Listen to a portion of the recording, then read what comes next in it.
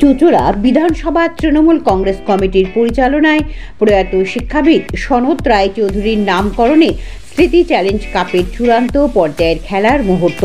বিগত 24শে ডিসেম্বর থেকে 1 জানুয়ারি পর্যন্ত যে সকল চুঁচুড়াবাসী ও ক্রীড়াপ্রেমী মানুষেরা অক্লান্ত পরিশ্রম ও সহযোগিতা করেছেন তাদের সকলকে আমার আন্তরিক কৃতজ্ঞতা। আশা রাখি আগামী বছর অধিক সুন্দরভাবে পরিচালনা করব ঐক্যবদ্ধভাবে বাঙালির সেরা ফুটবল খেলাকে।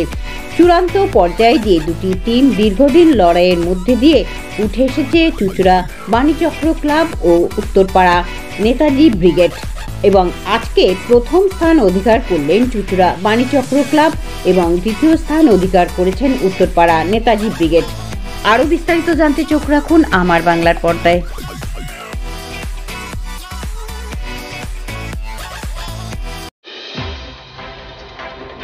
দাদা, আজকে সেই 24শে ডিসেম্বর থেকে শুরু হয়েছিল এমএলএ কাপ, যেটা চুঁচুড়া শহরের বাসীর কাছে খুবই অনুপ্রেরণা। আজকে তার সমাপ্তি অনুষ্ঠান, কি বলবেন? দেখুন, দিন যত যাচ্ছে তত এই ফুটবলের জনপ্রিয়তা বাড়ছে।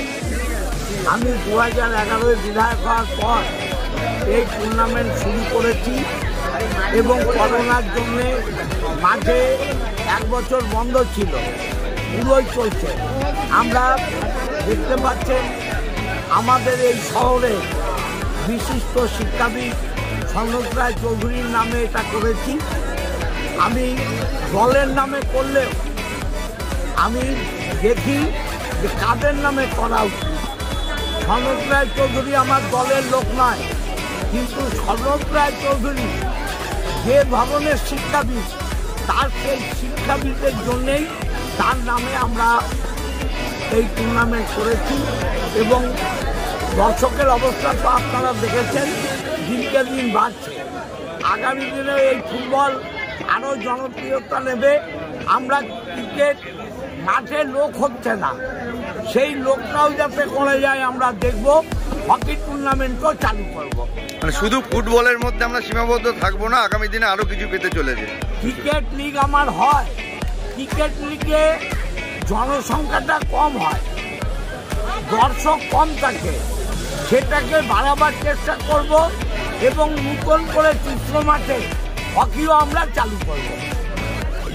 এমএলএ কাপ ফাইনাল, বাণীচক্র প্রতিবারের নয়, এবারও ফাইনালে, কি বলবেন?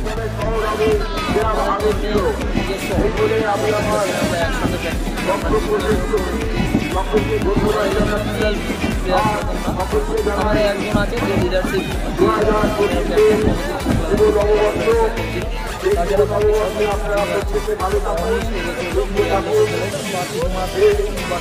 কলকাতা ফার্স্ট ডিভিশন, আমাদের একটা সেটআপ নিয়ে আমরা খেলেছি, ভালো খেলেছি। আমাদের সব থেকে ভালো গত বছর আমরা 3টে ম্যাচ খেলেছি, আমাদের কোনো গোল কনসিড করেনি আমাদের টিম।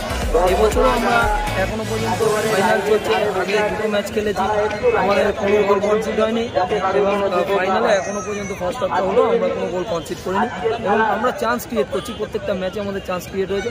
আজকেও অলরেডি আমাদের আপনারা হয়তো দেখেছেন যে 2-3টে চান্স ক্রিয়েট হয়ে গেছে। আশা করি এরকম দুদিন চলতে থাকলে। উত্তরপাড়া অনেক অ্যাটাকিং খেলছে, তবুও এখনো পর্যন্ত গোল শূন্য। বাণীচক্র কোনোবার এখানে হতাশা করেনি, কি বলবেন? এবারে কতটা আশাবাদী? না, আমাদের এটা ম্যাচ একটা সুন্দর ম্যাচ উপহার দেবে আশা করি প্রত্যেক ছেলে, যেহেতু আমাদের টিম তা ম্যাচের রেজাল্ট কী হবে এটা তো আমি বলতে পারি না। ম্যাচের রেজাল্ট বলটা ওদের গোলে ফেলতে হবে। আমি বলতে পারি যে এইভাবে যাও, গোলটা তো ওদের করতে হবে। নামটা? আমার নাম চঞ্চল। আমি এখন আন্ডার 13 এবং আন্ডার 15